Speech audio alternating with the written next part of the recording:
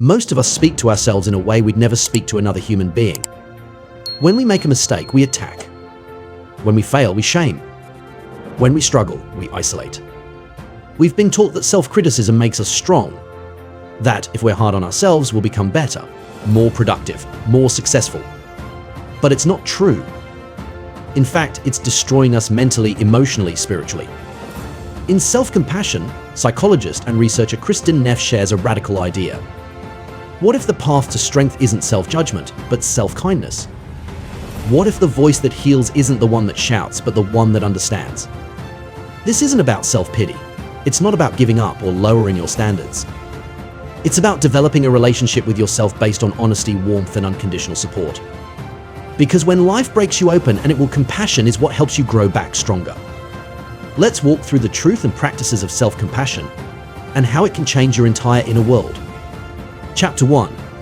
What self-compassion really is. Most people think self-compassion means being soft, letting yourself off the hook, coddling weakness. But that's not what Kristin Neff means. She defines self-compassion with 3 simple elements. Self-kindness, responding to your pain with warmth instead of harshness. Common humanity, remembering you're not alone in your struggle. Mindfulness, meeting your moment with clarity, not denial. It's not about avoiding responsibility. It's about showing up for yourself the way you would for someone you deeply love. Because here's the truth, suffering is part of being human. You will fall short, you will hurt, you will fail. The question is, how will you treat yourself when you do? Chapter 2. The myth of self-esteem. We've been taught to chase self-esteem, get good grades, win awards, be special, be better than others. But Neff warns us self-esteem is a trap. It's based on comparison. It's conditional. It rises and falls depending on success. Self-compassion, on the other hand, isn't earned. It doesn't depend on being the best. It's available to you exactly as you are, even at your lowest. Where self-esteem says, I'm valuable because I succeed, self-compassion says, I'm valuable because I'm human. That shift changes everything. Chapter 3. The inner critic. If you're human, you have an inner critic. That voice that says, you're not good enough.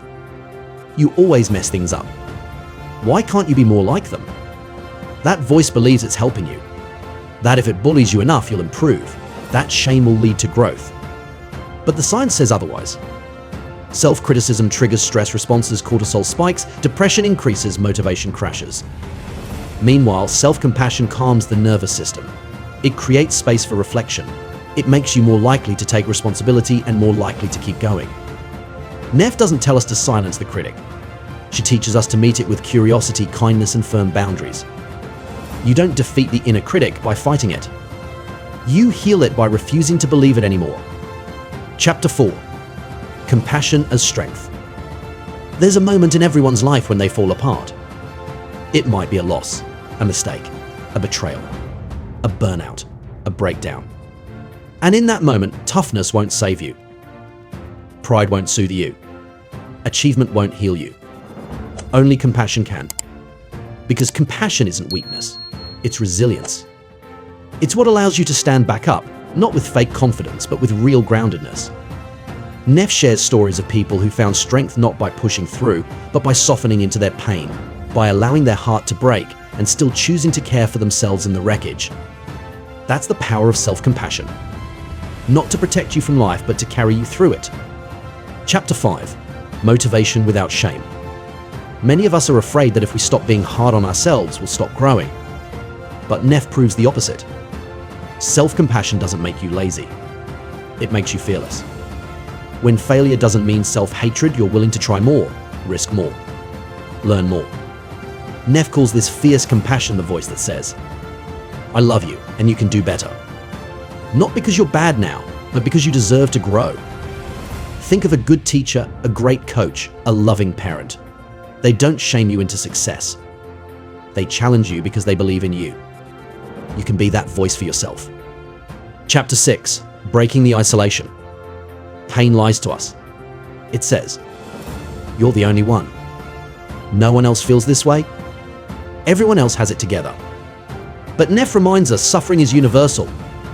You're not the only one who's grieving, overwhelmed, anxious, afraid, ashamed. That truth, what Neff calls common humanity, breaks the illusion of isolation. You're not alone. You're not broken. You're just human, and that's a sacred thing to be. When we remember this, compassion flows naturally, not just for ourselves, but for everyone. Chapter 7. Mindfulness and emotional presence. Self-compassion begins with noticing. You can't care for your pain if you don't know you're in pain. Neff emphasizes mindfulness as the gateway, the practice of turning toward your emotions instead of away. Not judging them, not drowning in them, just seeing clearly. She says, hold your feelings like a crying child. Don't abandon them. Don't fix them. Just be there. This presence is powerful. It interrupts cycles of reactivity. It gives you a chance to choose not just survive. That's where transformation begins. Chapter 8.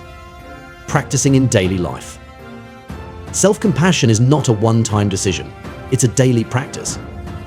Neff offers simple ways to begin. Speak to yourself kindly, especially when you fail. Place your hand on your heart when you're overwhelmed. Take short compassion breaks throughout the day.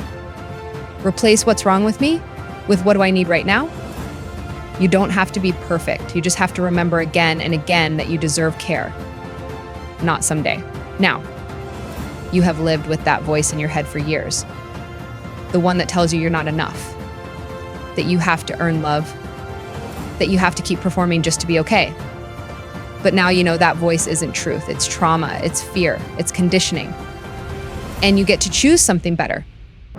You get to become your own sanctuary, to respond to pain with care, to rise not through shame, but through love. So if you're ready to live with more clarity, courage, and inner peace, subscribe to Real Deep Understanding. This is where we come home to what's real, where we don't just learn, we heal. Together, like this if it softens something in you. Comment, what's one way you'll practice self-compassion today? Share this with someone who speaks too harshly to themselves and needs to remember they're already enough. You don't have to be harder. You just have to be here. And treat yourself like someone worth loving, because you are.